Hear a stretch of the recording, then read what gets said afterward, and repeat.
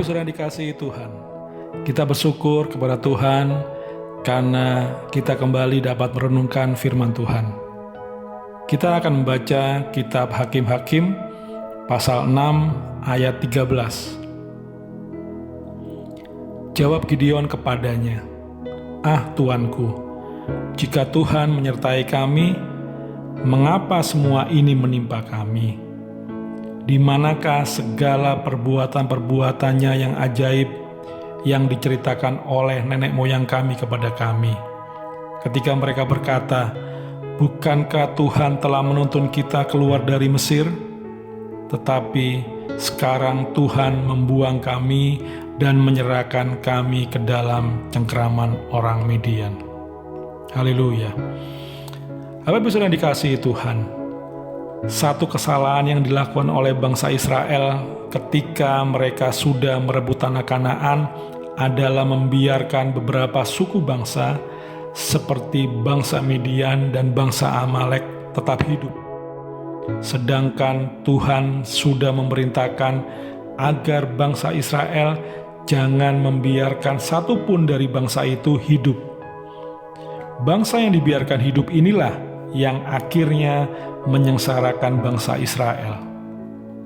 Bangsa Israel melakukan apa yang jahat di mata Tuhan, sehingga mereka diserahkan Tuhan ke tangan bangsa Midian.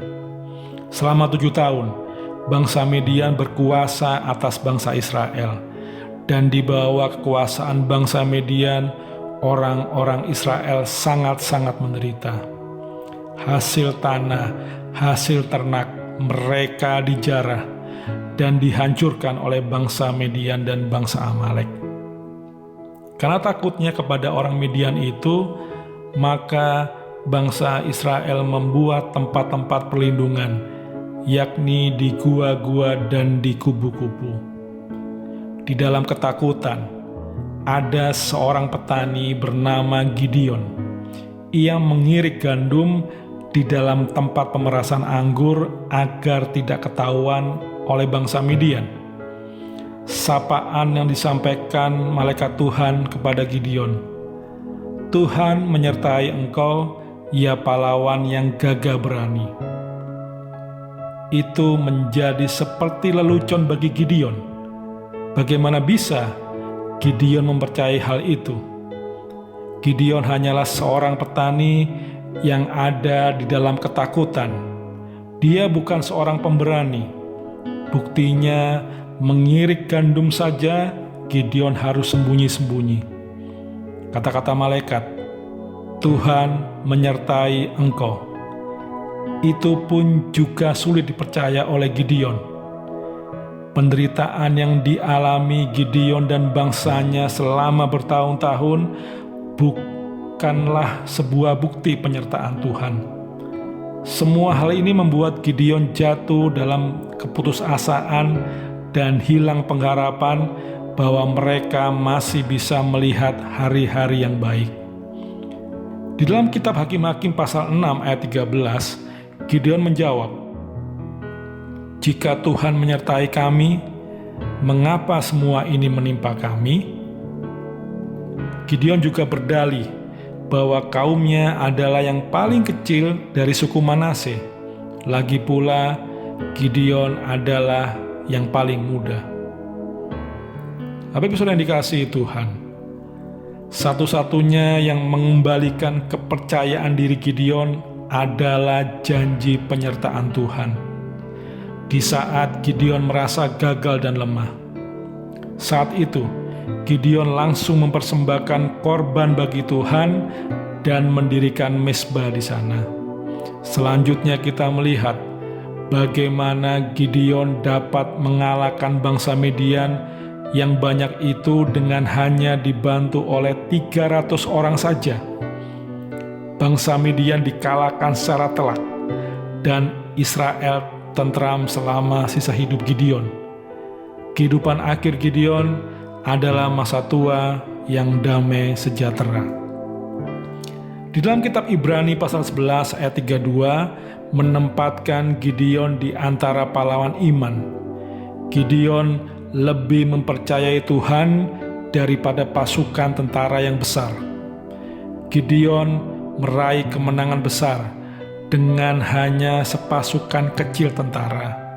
Ini membuktikan bahwa Tuhan yang menolong Gideon. Haleluya. Bapak Ibu Saudara dikasihi Tuhan, di masa-masa sulit ketika kita berada dalam kehimpitan yang berkepanjangan, pandemi COVID-19 yang tidak tahu kapan akan berakhir, atau usaha yang selalu gagal, atau pekerjaan yang tidak menentu, krisis ekonomi, atau anak-anak yang tidak bisa diatur, atau kita mengalami sakit penyakit, dan lain sebagainya, dan lain sebagainya. Hal-hal ini terkadang membuat kita jatuh dalam keputusasaan dan kita tidak lagi dapat melihat penyertaan Tuhan. Kita kadang menafsirkan penyertaan Tuhan sebagai hidup yang lancar-lancar saja dan semuanya baik-baik saja. Sehingga ketika kita terjadi hambatan, kita berpikir bahwa Tuhan sudah meninggalkan kita. Pada perikop yang kita baca, yang kita renungkan hari ini, Gideon mempersembahkan korban di mezbah bagi Tuhan. Mezbah berbicara tentang penyerahan diri, pengabdian, kepercayaan, dan pembaharuan kepada Tuhan. Haleluya. Bapak Ibu Saudara yang dikasihi Tuhan, barangkali saat ini kita sedang mengalami apa yang dialami oleh Gideon. Kita sudah menyerah pada ketidakmungkinan dan kegagalan. Tetapi mezbah itu mengingatkan kita untuk memulai sesuatu yang baru bersama dengan Tuhan. Penyertaan Tuhan akan mengangkat kita dari kejatuhan dan memberikan keberanian untuk melakukan pekerjaan-pekerjaan yang besar. Babak baru yang penuh kemenangan akan kita alami jika kita memulai kembali bersama dengan Tuhan. Haleluya, puji Tuhan. Mari kita berdoa. Bapa dalam surga, kami mengucap syukur untuk firman Tuhan yang boleh kami renungkan. Tuhan, angkat kami dari kejatuhan dan buatlah kami kembali meyakini penyertaan Tuhan yang pasti akan mendatangkan kemenangan bagi kami. Kami percaya rencana Tuhan indah bagi hidup kami. Kami bersyukur kami mempunyai Tuhan yang tidak pernah membiarkan kami berjalan sendiri. Tuhan pasti memberikan kekuatan. Tuhan pasti menuntun dan menolong kami. Tuhan, berkati apa yang kami lakukan pada hari ini.